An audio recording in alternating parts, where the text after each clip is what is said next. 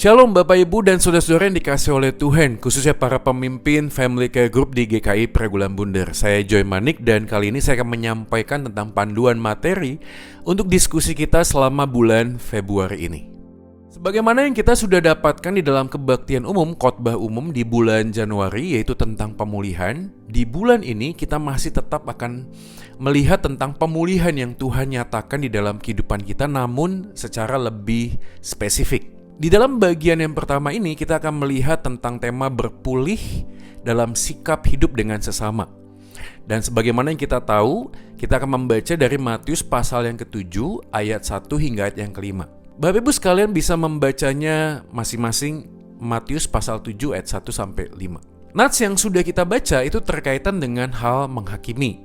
Kalau kita membaca ayat 1, kalimatnya jangan kamu menghakimi supaya kamu tidak dihakimi. Nah, banyak orang Kristen yang seringkali salah memahami ayat ini karena membacanya hanya ayat 1 saja. Sehingga apa yang terjadi? Ada banyak orang Kristen yang melakukan dua kesalahan yang sangat fatal sebenarnya di dalam kehidupan kita bergereja. Yang pertama adalah kehidupan yang bertoleransi atau berkompromi terhadap dosa atau kesalahan. Pernah nggak sih saudara-saudara mendengarkan kalimat seperti ini? Ya sudahlah, biarlah Tuhan saja yang menegur orang itu. Kita kan juga nggak lebih baik dari orang itu. Kalimat-kalimat seperti ini seringkali menjadi sebuah pembenaran. Mungkin saja kita takut, kita sungkan, atau kita merasa diri kita pun tidak lebih baik. Sehingga kita berkompromi ketika melihat orang lain yang melakukan kesalahan. Yang kedua adalah, ada banyak orang Kristen yang hari ini mempunyai sebuah penilaian bahwa kebenaran itu relatif. Banyak orang ngomong ya menurut kita mungkin benar, menurut orang itu mungkin itu salah, atau menurut kita salah, menurut orang itu benar. Sehingga apa yang terjadi pada waktu kita hidup di dalam kehidupan berjemaat, kita tidak lagi saling mengingatkan, kita tidak lagi saling melengkapi. Kita berjalan masing-masing dan merasa masing-masing juga punya kesalahannya sendiri-sendiri. Ayat yang pertama dan kedua ini merupakan sebuah dasar yang perlu kita pahami, saudara-saudara. Karena kalimatnya di ayat yang kedua dikatakan, karena dengan penghakiman yang kamu pakai untuk menghakimi, kamu akan dihakimi dan ukuran yang kamu pakai untuk mengukur akan diukurkan kepadamu. Jadi ayat 1 dan ayat 2 itu bukan berarti kita tidak menghakimi dalam konteks tertentu. Tetapi kita melihat standar ukuran itulah yang penting di dalam bagian ini. Kata menghakimi sendiri sebenarnya di dalam terjemahan bahasa aslinya itu krino. Lebih tepat memang diterjemahkan menilai. Nah, kalau kita ngomong tentang menilai, kita langsung teringat. Misalnya kita ada di sebuah sekolah dan kita misalnya adalah seorang siswa atau mahasiswa. Pada waktu ada ujian, tentu kita mengisi lembar jawaban. Dan pada waktu kita mengumpulkan, dosen akan mengoreksi jawaban kita. Pada waktu kita dinilai salah oleh dosen, tentu saja kita tidak bisa komplain. Kenapa? Karena ada ukuran atau otoritas yang lebih penting, lebih utama dari pandangan dari para mahasiswa. Karena kalau semua mahasiswa merasa dirinya benar, padahal berbeda-beda jawaban, ini jadi masalah. Maka poin yang pertama, pelajaran yang dapat kita ambil adalah ukuran atau standar firman Tuhan itulah yang menjadi sebuah dasar pada waktu kita menilai orang lain. Pada waktu kita menilai orang lain, kesadaran bahwa Alkitab adalah firman Tuhan yang tidak salah, tidak bisa salah, itu menjadi sebuah standar bahwa firman Tuhan mengoreksi saya dan juga mengoreksi saudara-saudara seiman. Maka pada waktu kita menegur orang lain, kita tahu ini bukan karena suka-suka saya atau cara pandang saya, bukan. Tapi karena Alkitab itu mengajarkan hal-hal tertentu yang tidak boleh kita lakukan. Nah, kita itu menyampaikan apa yang firman Tuhan katakan. Tentu saja kita pun belum sempurna, betul. Itulah makanya di dalam kehidupan bergereja, kita manusia yang tidak sempurna tapi selalu rindu disempurnakan. Maka salah satunya adalah saling mengingatkan. Maka poin pertama ini menjadi sebuah refleksi. Bagaimana dengan kehidupan kita di dalam keluarga? Apakah kita membaca firman Tuhan sebagai sebuah standar atau ukuran? Apakah firman Tuhan itu mengoreksi hati kita lebih dahulu? Sehingga firman Tuhan itu menjadi sebuah dasar untuk melihat kehidupan dalam keluarga kita. Nah, seringkali dalam sebuah pernikahan atau dalam sebuah keluarga, pada waktu kita mencoba untuk menilai satu dengan yang lain, kita sendiri juga tidak mempunyai keintiman di dalam membaca firman Tuhan. Sehingga masalahnya menjadi lebih kompleks. Karena pada waktu kita mengingatkan orang lain, orang itu juga merasa kamu punya cara pandang seperti apa sehingga kamu mengingatkan saya.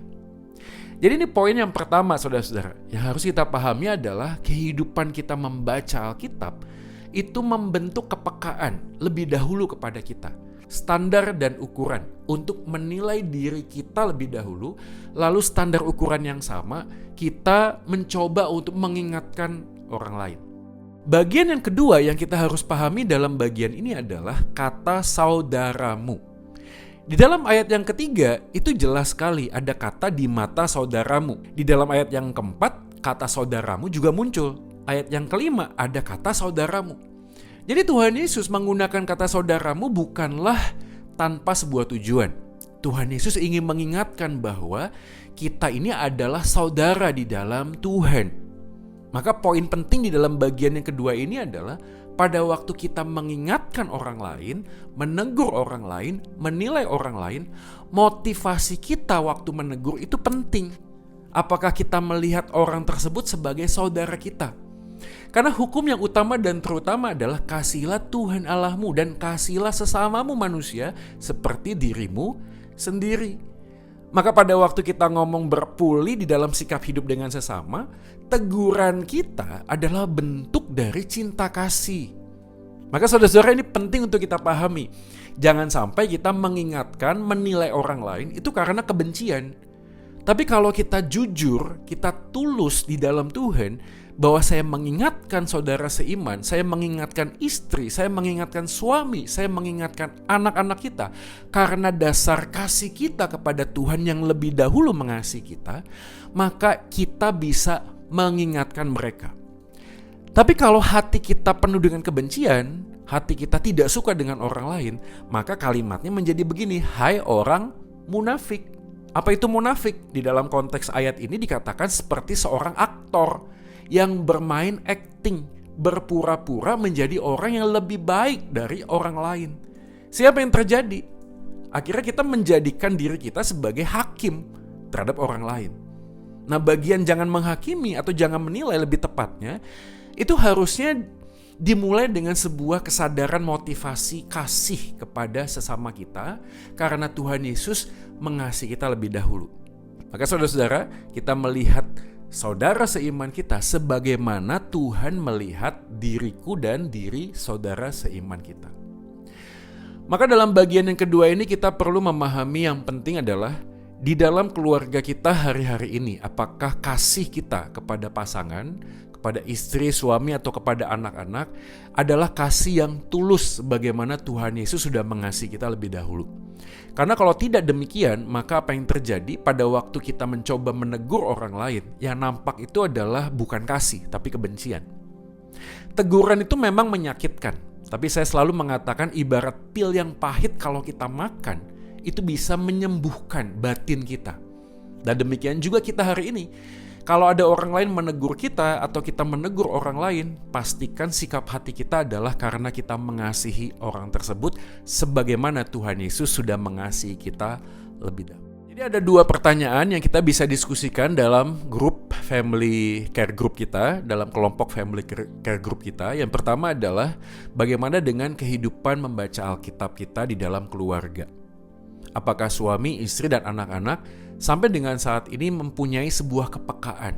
Karena tanpa sebuah standar yang benar, teguran kita seringkali adalah sebuah ungkapan emosi atau letupan emosi yang tidak ada artinya apa-apa. Pertanyaan yang kedua yang kita bisa diskusikan adalah bagaimana kita melihat kasih kita kepada pasangan kita dan kepada anak-anak kita. Atau mungkin dalam kehidupan bergereja. Apakah saat ini ada sesuatu hal yang membuat kita itu terluka? Atau mungkin ada teguran orang lain, atau kita rindu untuk menegur orang lain hari ini karena dia melakukan sebuah kesalahan. Bagaimana kita bisa menjaga motivasi kita untuk kita bisa dapat bertumbuh pada waktu kita menegur atau ditegur oleh pasangan kita atau oleh sesama saudara seiman kita. Kiranya Tuhan Yesus memberkati Soli Deo Gloria.